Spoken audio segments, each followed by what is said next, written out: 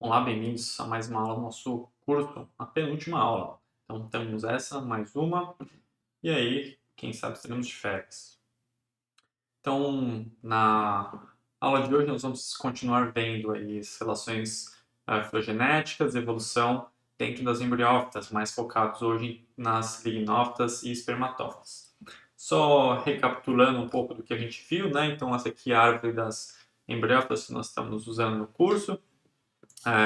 Já vimos alguns grupos anteriormente.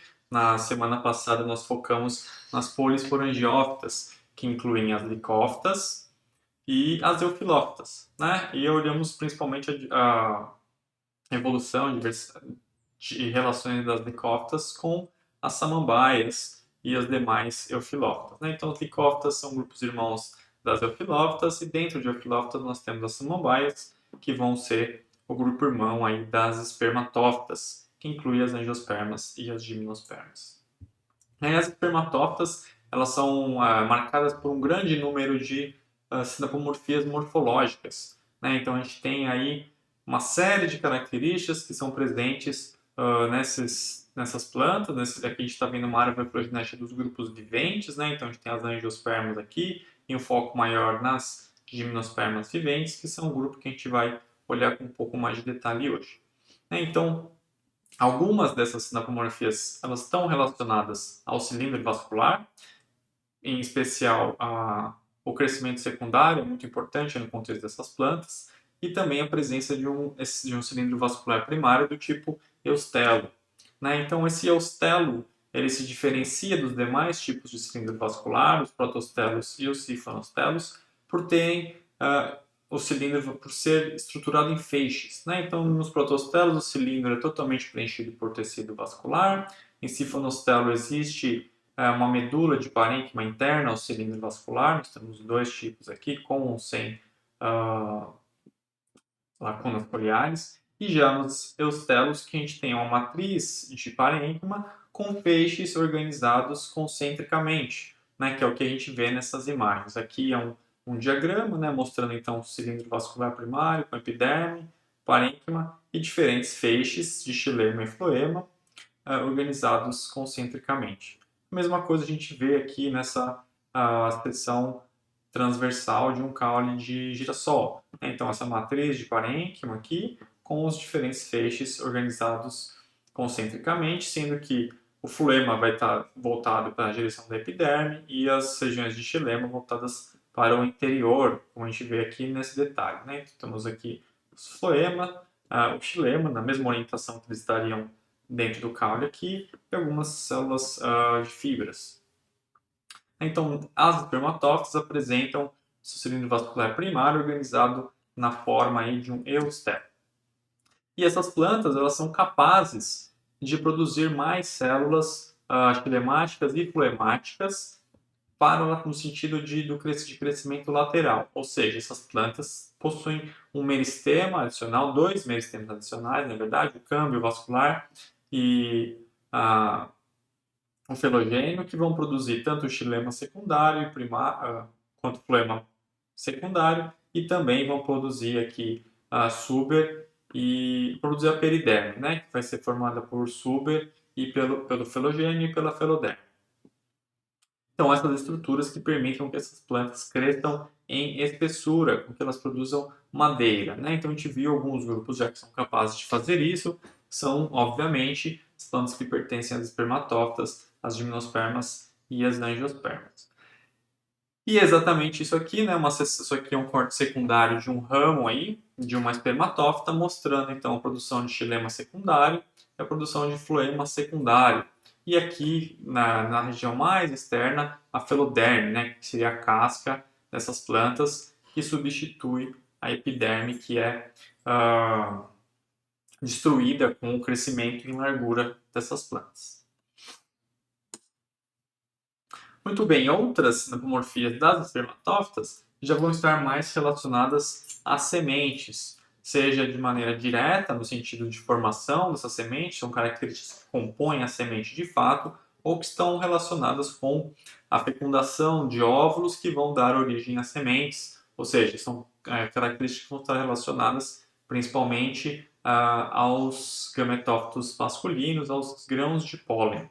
Né? Então a gente sabe que as gimnospermas e angiospermas apresentam grãos de pólen e óvulos, e são essas estruturas aí que vão estar relacionadas com a reprodução nas espermatófitas e que unem todas essas espécies nesse clado. Vamos olhar algumas dessas características individualmente. Né? Então, em primeiro lugar, a heterosporia, ou seja, nessas plantas ocorre a formação de micrósporos e megásporos, sendo que os megásporos vão dar origem a gametófitos femininos e os micrósporos vão dar origem a gametófitos masculinos. Né? Da mesma maneira que a gente já viu aí, por exemplo, para as licófitas, vimos quando olhamos de maneira mais detalhada as gimnospermas e as angiospermas. Essas plantas também apresentam endosporia, ou seja, o gametófito ele se desenvolve dentro da parede do esporo. Isso vai ocorrer tanto no contexto dos esporos masculinos, dando origem ao gametófito masculino, ou seja, o grão de pólen. Então a gente tem um esporo, um micrósporo aqui, quando ele sofre uma mitose, ele vai formar um gametófito imaturo, que é o grão de pólen. Então aqui olhando esse grão de pólen de Pinus, a gente tem aqui duas células, pelo menos, dentro desse esporo, né, dentro da parede desse esporo, formando então o grão de pólen. E no contexto feminino isso ocorre também, né? Então a gente vai ter o gametófito se formando aqui dentro da parede aqui do esporo feminino, e vale lembrar que esse esporo vai estar aprisionado no esporângio feminino, que está circundado por um tegumento, né? Então esse aqui é o óvulo das espermatófitas, o óvulo das gimnospermas e das angiospermas. Existem algumas diferenças entre os óvulos desses dois grupos, a gente vai ver isso mais em detalhe quando olhar as angiospermas na nossa última aula. Então, assim, todas essas sinapomorfias que embasam o reconhecimento do espermatófita como um grupo monofilético, elas são super complexas, né? Elas estão relacionadas com a formação dessas estruturas complexas, especialmente do óvulo, né? Que apresenta esse tegumento, apresenta um gametófito aprisionado no tecido do esporângio, com as células reprodutivas dentro dele. E assim, a gente pode se questionar se essas sinapomorfias se originaram ao mesmo tempo. Né? E olhando para essa árvore filogenética, a gente começa a entender um pouco melhor como elas ocorreram. Né? Então, essa é uma árvore das espermatófitas e também de outras eufilófitas, e de todas as eufilófitas, incluindo grupos fósseis. Né? Então, aqui a gente tem as polipogiopsidas, as samambaias, que vai ser grupo irmão das lignófitas, espermatófitas, mas já incluindo aqui também grupos fósseis. E olhar uma árvore filogenética que inclui também grupos fósseis permite a gente entender, então, a origem do surgimento dessas inovações aí das espermatófitas. Então, a primeira coisa que fica mais evidente é um grupo monofilético que é delimitado pela presença de xilema secundário, ou seja, pela capacidade de produzir madeira. E esse grupo a gente dá o nome de lignófitas, ou seja, as plantas que produzem madeira. Esse grupo incluía tanto as angiospermas quanto as gimnospermas, mas também uma grande diversidade fóssil. E em primeiro lugar, a gente vai olhar aqui, são as progimnospermas. Né? Tem 3 exemplos aqui de gêneros que são interessantes da gente ver nesse contexto.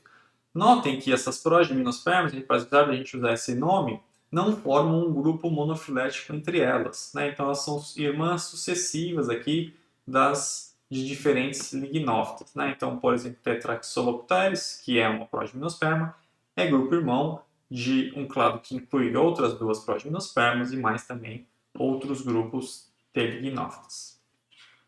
Olhando então cada um desses gêneros, começando por a Neurophyton, uma planta aí que existiu há quase 400 milhões de anos no passado, a gente identifica que essas plantas possuíam xilema secundário. Então aqui a gente está vendo uma seção transversal de um caule de um Aneurophyton, que indicando essas regiões aqui de xilema secundário, ou seja, essas plantas eram capazes de crescer em espessura. Porém, elas apresentavam uma diferença muito interessante em relação às espermatófitas viventes. Né? Essas plantas elas eram homosporadas, ou seja, elas tinham esporângios que davam origem a apenas um tipo de esporo. E a gente pode concluir, com base no estudo de outras plantas que são homosporadas, que os gametófitos dessas plantas eram hermafroditas, né? Então, assim, muito provavelmente, os aneurofítons davam origem a esses esporos homosporados que depois iam dar origem a gametófitos hermafroditas, né? Ou então, pelo menos, sem sexo diferenciado a princípio.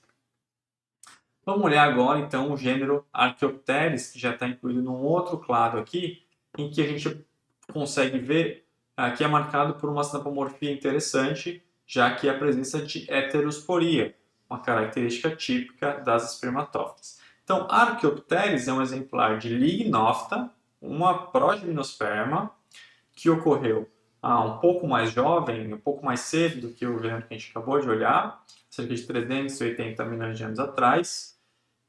Essas plantas apresentavam essas folhas super compostas, super divididas, e também esses esporângios que davam origem a esporos dimórficos. Né? Então aqui a gente tem um ramo fértil dessas plantas, aqui uma impressão de um ramo fértil dessas plantas, com seus esporângios, e dependendo do esporângio, eles iam dar origem, portar esporos maiores ou menores, megásporos ou micrósporos. Então, com base nisso, é possível a gente imaginar que essas plantas davam origem a gametófitos de sexo separado. Então, só recapitulando brevemente para a gente ver o que a gente olhou até agora. A gente tem então essa árvore que mostra aqui parte as lignófitas, que são esse clado marcado pela presença de xilema secundário. Essas lignófitas, de maneira geral, eram homosporadas, mas uma delas, a Archaeopteris, apresentava já heterosporia, uma característica que ela compartilha com as demais espermatófitas. A Archaeopteris não era uma espermatófita, era uma lignófita heterosporada, que é o grupo irmão, então, de espermatófitas. E dentro do contexto de espermatófitas, são essas plantas que são definidas pela presença, então, de um óvulo. Né? As espermatófitas são as plantas que têm óvulos. A gente pode dar uma olhada também em dois outros grupos fósseis que vão ajudar a gente a entender como que essa estrutura foi originada. Então, Archaeospermia e Euquíncia, esses dois gêneros do Devoniano superior, apresentavam algumas características peculiares. Então, além de serem heterosporadas, essas plantas apresentavam uma redução no número de megásporos. Ou seja, ao invés de terem 4 ou mais megásporos dentro do esporângio, essas plantas apresentavam apenas um único esporo, que é o que a gente vê também nas espermatófitas viventes.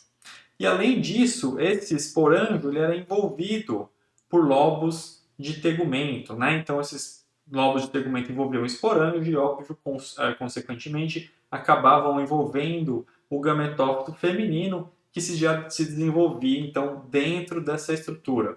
Então isto é um óvulo, né? Então uma estrutura que inclui o gametófito feminino sendo aprisionado por tecidos do esporófito, no caso aqui esses lobos de tegumento. Não era uma estrutura fechada, como a gente vê nas espermatófitas atuais. Então aqui só um exemplo dos fósseis, nessas impressões aqui mostrando essas estruturas. A gente tem os ramos das plantas, com essas estruturas no ápice delas, esses lobos que iam estar portando os gametófitos, formando os óvulos. Né? Então aqui uma reconstrução, um desenho ilustrando essas impressões. Então a gente tem esses óvulos com os gametófitos dentro dele, eles são lobados, então não são completamente fechados, como eu falei, e eles de maneira geral vão estar associados a essas estruturas que são cúpulas, né, que são estruturas que organizavam diferentes óvulos. Legal, então a gente viu aqui em parte as Archaeosperma e as Euquíncia, e mostrando a origem desses óvulos. E aqui dentro, indo mais para frente nas espermatófitas, esses lobos que cercavam os gametófitos masculinos vão se fundir, principalmente nesses grupos fósseis aqui, já mais próximos de espermatófitas. E a fusão desses lobos de tegumento é o que dá origem à semente. Né? Então, A semente ela vai ser essa estrutura de resistência, que inclui tanto os tecidos do esporófito, secundando completamente fundidos a esse gametófito feminino.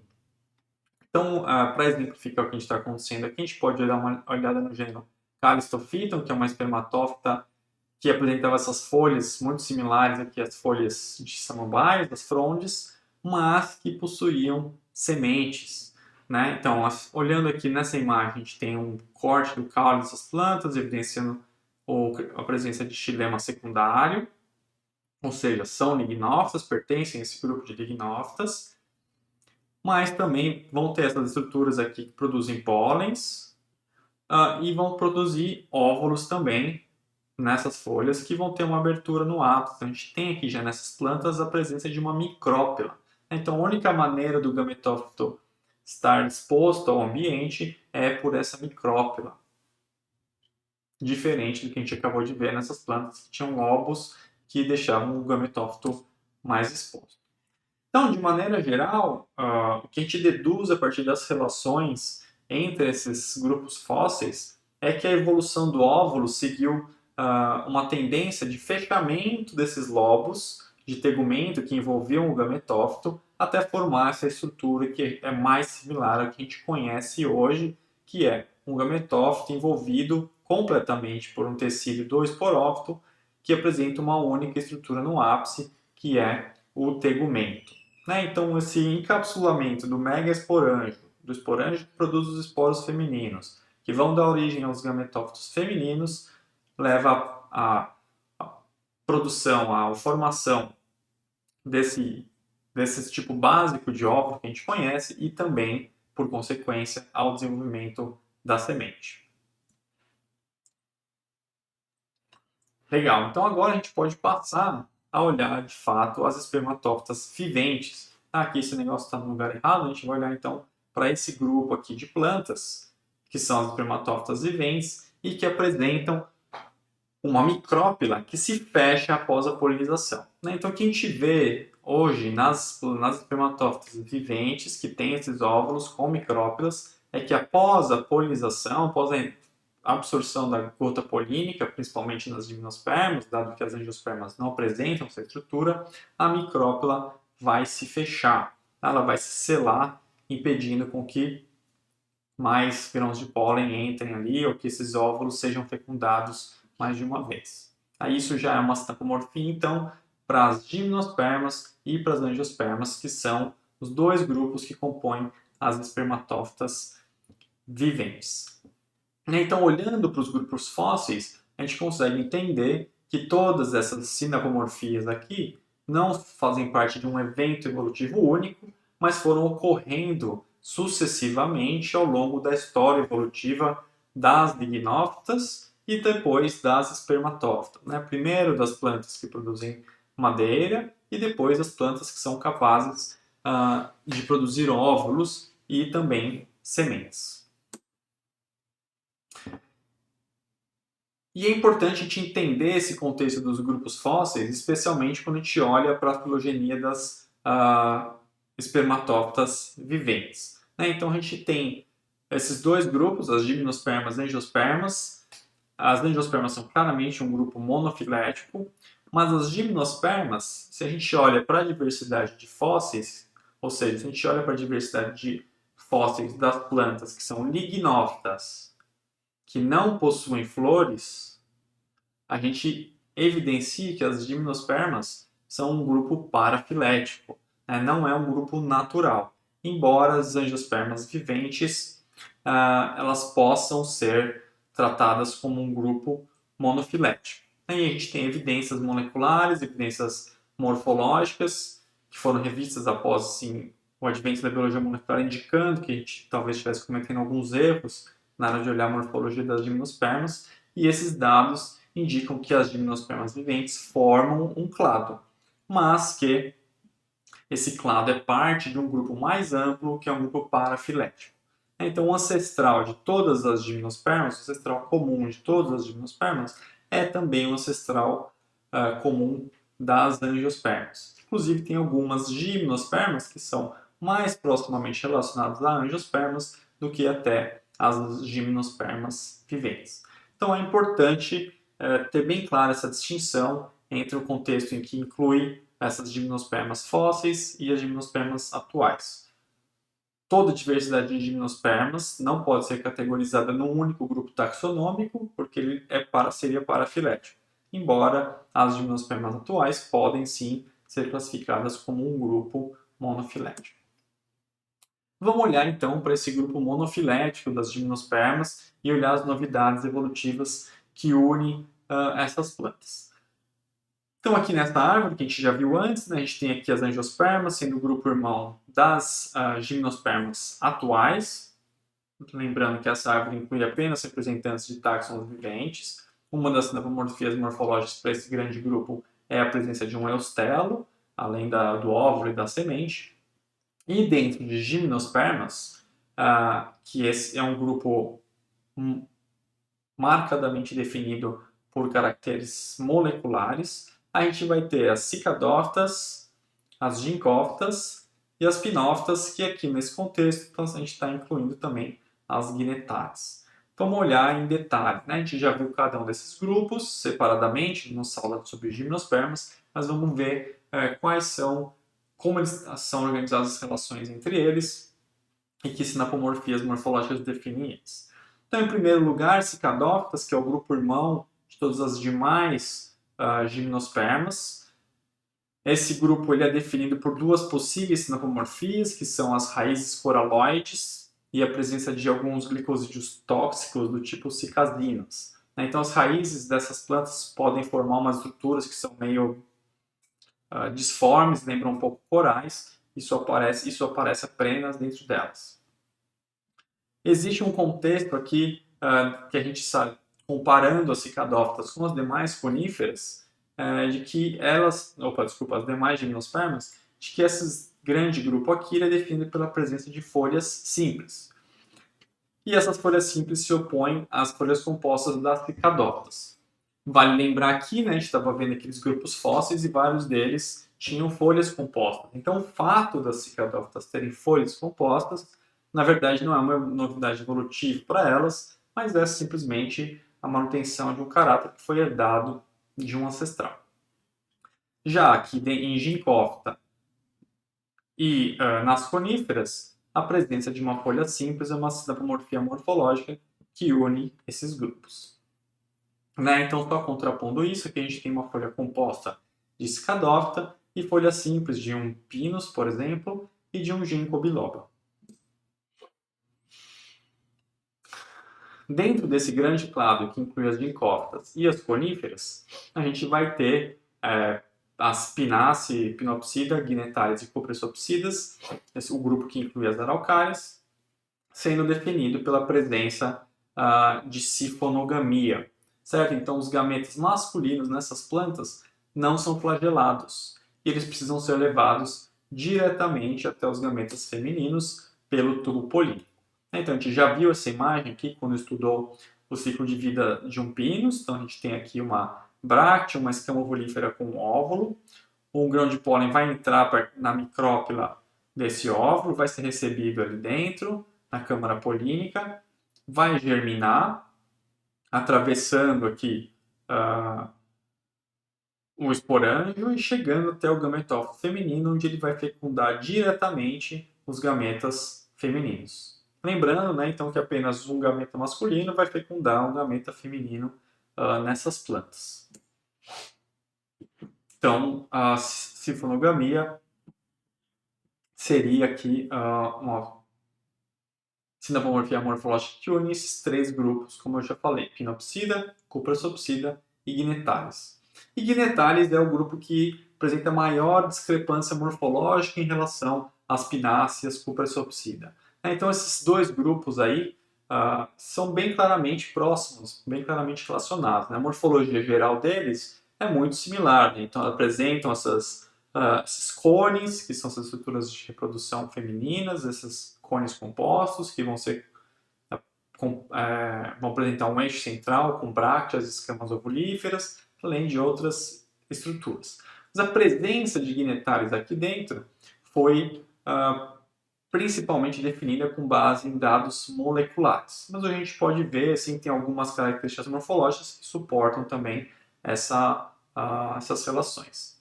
Ignetalis, a relação entre os 3 gêneros dentro dessa ordem, são gêneros bem diferentes também, bastante esquisitos dentro do contexto da diversidade morfológica de plantas, são unidos pela presença de vasos porosos e de um pólen estriado. Né? Então, os grãos de pólen das ignetalis, todos apresentam aqui essas estruturas estriadas, a gente já viu isso antes, né? Então a superfície mais externa dela vai apresentar essas estrias longitudinalmente, e os vasos dessas plantas são porosos. Isso é uma característica que é similar às angiospermas e que já foi utilizada como evidência para colocar essas plantas como sendo próximas das angiospermas. Algo que as filogenias mais atuais, mais recentes, mostra não ser tão verdadeiro. E esse contexto, né, então já sofreu muitas mudanças. A posição das guinetales no contexto da filogenia de espermatófitas, por muito tempo já foi bem complicada. Né? Então a gente tem algumas hipóteses principais aqui, né? A hipótese de Antófitas postulava que as guinetófitas e as angiospermas formavam um clado, que seria irmão das gimnospermas viventes. A gente tem uma hipótese em que as guinetófitas seria parte das gimnospermas, que é o que a gente tem visto mais recentemente, e uma hipótese que as guinetófitas seria grupo irmão no clado, incluindo as angiospermas e as gimnospermas, as demais gimnospermas. Né? Então, essas hipóteses, de maneira geral, eram baseadas apenas em dados morfológicos, e os dados moleculares começaram a mudar isso um pouco, apresentando até uma maior incerteza para o posicionamento de ignetalis. Mas hoje existe um consenso de modo geral, que indica, que favorece pelo menos a hipótese de que as guinetófitas estão de fato mais próximas das coníferas. Isso é bem interessante porque assim afeta bastante o nosso entendimento sobre a evolução, principalmente das angiospermas, principalmente da flor, né? Porque as estruturas de ignetalis, de algum modo, parecem ser como se fossem flores primordiais ou alguma coisa, um tipo de transição na morfologia entre as coníferas, entre as gimnospermas mais típicas e uma forma mais de angiospermas. O posicionamento de ignetalis dentro das coníferas alterou bastante esse cenário e mostra para a gente que se existe um grupo irmão das angiospermas que possuía alguma coisa transicional entre gimnospermas e angiospermas, esse grupo não é mais vivente. Né? Então a gente tem que procurar essas relações aí no registro fóssil, que é bem completo e que ainda tem ali dentro dele alguns mistérios. Para explicar a evolução das flores, que é o grupo que a gente vai estudar na próxima aula. Então, na semana que vem, a gente vai ter a finalização do nosso curso, olhando para as relações de angiospermas, para a evolução das angiospermas e também um pouco dentro desse grande grupo de plantas, do principal e mais diverso grupo de plantas terrestres. Por enquanto, façam aí as atividades que tem para vocês e a gente se vê na semana que vem. Até lá!